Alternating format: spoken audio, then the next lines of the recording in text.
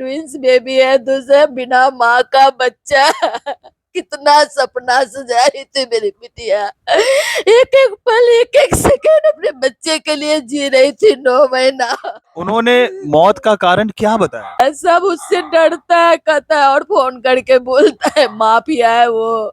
कौन माफिया है? वो अभिषेक सिंह कहता माफिया, आप लोग क्या करोगे, आप लोग तेली साहू करके क्या कर लो। शिवराज सिंह जो हत्यारीन है उसी का पति है। पूरा प्रशासन उसके साथ, पूरा महकमा उसके साथ। वो मारपीट हुआ, पूरा भाई बेटा को मारा, पूरा पूरा ब्लड से लहूलुहान। वीडियो दिखा दो सर। सामने उसे वो बास्टर्ड बोली है कि यू बास्टर्ड, तुम्हें पता है कि तुम क्या, मतलब मैं ये हॉस्पिटल मेरा, मैं जो कहूंगी वो कर, तुम्हारे अनुसार नहीं चलूंगी। अभी मैं मौजूद हूँ काजल मिलन, जिनका निधन 1 महीना पहले पटना के बहुत ही रेप्यूटेड हॉस्पिटल ज्योति पुंज हॉस्पिटल में हुआ। और आप अभी काजल मिलन, जो मेरे एक फूल चढ़ी बहुत ही खूबसूरत और यंग एज में इस दुनिया को छोड़ने वाली काजल मिलन की माता, और उस काजल मिलन की 2 बच्चियां जो 9 साल के बाद उन्हें ईश्वर ने ये प्राप्ति दी। आइए बात करते हैं सबसे पहले इन दोनों बच्चियों की नानी से, जो काजल मिलन की माता हैं। आंटी, आप, मुझे पता है ये बहुत मुश्किल वक्त है आपके लिए। फिलहाल आप जहां जहां गई, आपको क्या आश्वासन मिला? कुछ नहीं, सब आश्वासन ही रह गया, कहीं कुछ काम आगे नहीं बढ़ रहा है। सब उससे डरता है, कहता है और फोन करके बोलता है माफिया है वो। कौन माफिया है? वो अभिषेक सिंह कहता माफिया, आप लोग क्या करोगे, आप लोग तेली साहू करके क्या कर लोगे, उसका कुछ नहीं बिगाड़ सकते हो उसको। अभिषेक सिंह कौन? शिवराज सिंह, डॉक्टर शिवराज सिंह जो हत्यारीन है उसी का पति है। पूरा प्रशासन उसके साथ, पूरा महकमा उसके साथ। वो तो हॉस्पिटल का नजारा बता रहा था। जो भी आते थे एसपी डीएसपी सब अंदर घुसते थे कैबिन में। हाँ, हम लोग को कोई नहीं, सब मारपीट हुआ, पूरा भाई बेटा को मारा, पूरा पूरा ब्लड से लहूलुहान। वीडियो दिखा दो सर को। मारपीट किसने किया?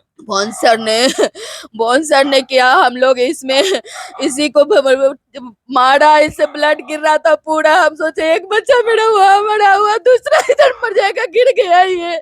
मनीष कुमार। हाँ, डॉक्टर मनीष, हाँ ये मेरा बेटा है, इसको मारा। इसमें हम लोग पूरा साड़ी खोल करके आंचल से पूरा ब्लड को रोकने का कोशिश किया, तब तक मैं बॉडी को बाहर निकाल दिया। तो उन्होंने उन्होंने मौत का कारण क्या बताया? अरे कुछ नहीं बताया। वो लिखी है, क्या लिखी है, वो बताती तो ना सर, वो मिली ही नहीं। वो मिली ही नहीं तो बताएगी। वही तो हम लोग उनसे आफ्टर डेथ के बाद भी हम वही उनसे मिलने के लिए गए। क्या आप बताइए सही हुआ क्या इसको? क्या था। प्रेस कॉन्फ्रेंस में आप कह रहे थे कि 4 घंटे आपकी बहन तड़पती रही, परेशान रही, और जिस जिस हालात में थी वो शायद आप देखना पसंद नहीं करें। तो वो तड़प क्या थी? आपकी आपकी बेटी क्या कह रही थी, क्या दिक्कत गर्मी लग रही है, बहुत गर्मी लग रही है, गर्मी लग रही है। बार बार डॉक्टर को बोलते थे, जा करके नीचे नर्स को बोलते बुलाइए तो मैम हमको 2 मिनट के लिए बुलाइए ना जरा, मेरे बच्चे को हो क्या रहा है। बोली एनेस्थीसिया डाउन हो रहा है, आप समझते क्यों नहीं है। हमने अच्छा मिलने दीजिए हमको मैडम को। 10 बार हम गए, 10 बार ये कोई गया। जूनियर डॉक्टर आया कि नहीं? जूनियर डॉक्टर आई, वो बोली कि मैम एनेस्थीसिया डाउन हुआ, डबल सर्जरी से बेबी हुआ। इन लोग को भी यही समझाया, मैम आ रही हैं, मैम आ रही हैं। अच्छा।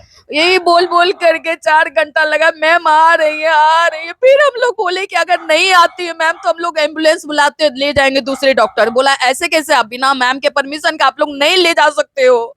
ये बोला तो हम लोग फिर बोला कि देखिए पीडिया वाले आ गए, जाइए आप लोग बच्चे को ले आइए। हम लोग गए, बच्चे को लाने इतने देर में हमारी बेटी को लेके क्या किया नहीं किया। अभी कैसे इन दोनों बच्चियों का पालन कैसे कर पा रही हैं? कितना मुश्किल हो रहा है आपके लिए? बहुत मुश्किल है। एक तो ट्विंस बेबी है, दूसरा बिना माँ का बच्चा। कितना सपना सजा रही थी मेरी बिटिया। एक एक पल, एक एक सेकंड अपने बच्चे के लिए जी रही थी, 9 महीना। कितने साल बाद आपकी बिटिया को? 9 साल के बाद, 8.5 साल के बाद मेरी बिटिया को बेबी हुआ। फाइनल आप क्या, अब क्या चाहती हैं? आपकी बच्ची तो चली गई, आप अब क्या चाहती हैं, क्या मांगे आप? सीबीआई जांच हो, मेरी बच्ची का मौत कैसे हुआ। उसने इतना बड़ा बड़ा होर्डिंग लगा रखा है। हमारे दामाद 2 दिन पहले गए सिर्फ पूछने के लिए कि मेरी पत्नी का ऑपरेशन होगा। मैम मैं भी डॉक्टर हूँ, जरा हम सब कुछ सही है ये जानने के लिए। आपके यहाँ सारी व्यवस्था सही है, मिली नहीं वो बात नहीं की। बोले आप कौन होते, डॉक्टर हो तो अपने जगह पर हो, हम ऑपरेशन में होगा और आपके पेशेंट को कुछ होगा तब तो बोलोगे आप। ऐसा कह करके उसने भगा दिया, नहीं मिली। अपने मेडिकल इतिहास में सर, मैं पिछले 12 साल से प्रैक्टिस कर रहा हूँ, मैंने आज तक इतनी र्यूड डॉक्टर नहीं देखा है सर।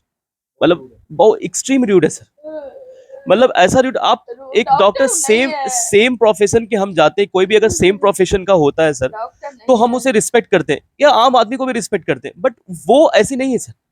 वो इनके हस्बैंड को डॉक्टर रवि जो पीजीआई चंडीगढ़ में से इतना रेप्यूटेड कॉलेज से पास आउट हुए हैं, काजल के पति, आप बिलीव नहीं करेंगे, उसको सबके सामने उसे वो बास्टर्ड बोली है कि यू बास्टर्ड, तुम्हें पता है कि तुम क्या, मतलब मैं ये हॉस्पिटल मेरा, मैं जो कहूंगी वो कर, तुम्हारे अनुसार नहीं, तुम्हारे अनुसार नहीं चलूंगी, तुम्हारे अनुसार नहीं चलूंगी। तो आप देख रहे थे, आपने प्रेस कॉन्फ्रेंस में भी देखा कि इन्होंने अपनी आप बीती बताई और इन्होंने कहा किस तरह से काजल मिलन के साथ लापरवाही हुई और इनकी माँ जो अभी अभी अपनी बच्ची को खोई हैं, 1 महीना हुआ है और उसी बच्ची के 2 और बच्चियों को पाल रही हैं। यह एक कठिन समय है और इनकी मांग सिर्फ इतनी है कि काजल मिलन की मौत हुई कैसे, इसका संक्षेप में विवरण चाहिए, कारण चाहिए। जब उसकी डिलीवरी हो गई, उसे ऑपरेशन थिएटर से लाया गया, दोबारा रिकवरी रूम में क्यों ले जाया गया और रिकवरी रूम में जब ले जाया गया तो किसी भी इनके परिजन को क्यों नहीं बताया गया। इनकी मांग है कि काजल मिलन के साथ इंसाफ हो। कैसे भी नमा करेंगे हम लोग, जीता आपको लग रहा है कि हम लोग जी रहे हैं, हम लोग नहीं जी रहे। वो मेरे घर की जान थी, वो चाबी थी मेरे घर की, हम माँ बाप की चाबी थी, जान थी। मेरा बेटा नौकरी छोड़ दिया है, बोला हमारी बहन को जब तक इंसाफ नहीं मिलेगा मुझे कोई नौकरी नहीं चाहिए, मैं मजदूरी कर लूंगा। आप सुन रहे हैं इनकी काजल मिलन जो अफसर बिटिया अब इस दुनिया में नहीं है। अब इन्हें सिर्फ और सिर्फ इंसाफ चाहिए, सीबीआई जांच चाहिए। क्या सोचते हैं आप इस तरह की मेडिकल व्यवस्था के बारे में? एक रेप्यूटेड फैमिली जो खुद, जिनके यहाँ 2 डॉक्टर हैं और ये खुद इनकी बिटिया अफसर हैं, किस पोजीशन पे थी? एएसओ थी और उनके साथ इस तरह की लापरवाही होती है और ये कह रहे हैं एफआईआर है, इनके पास बहुत सारे एविडेंस हैं। इस तरह की लापरवाही के बारे में आप क्या सोचते हैं? अपनी प्रतिक्रिया कमेंट बॉक्स में जरूर डालें।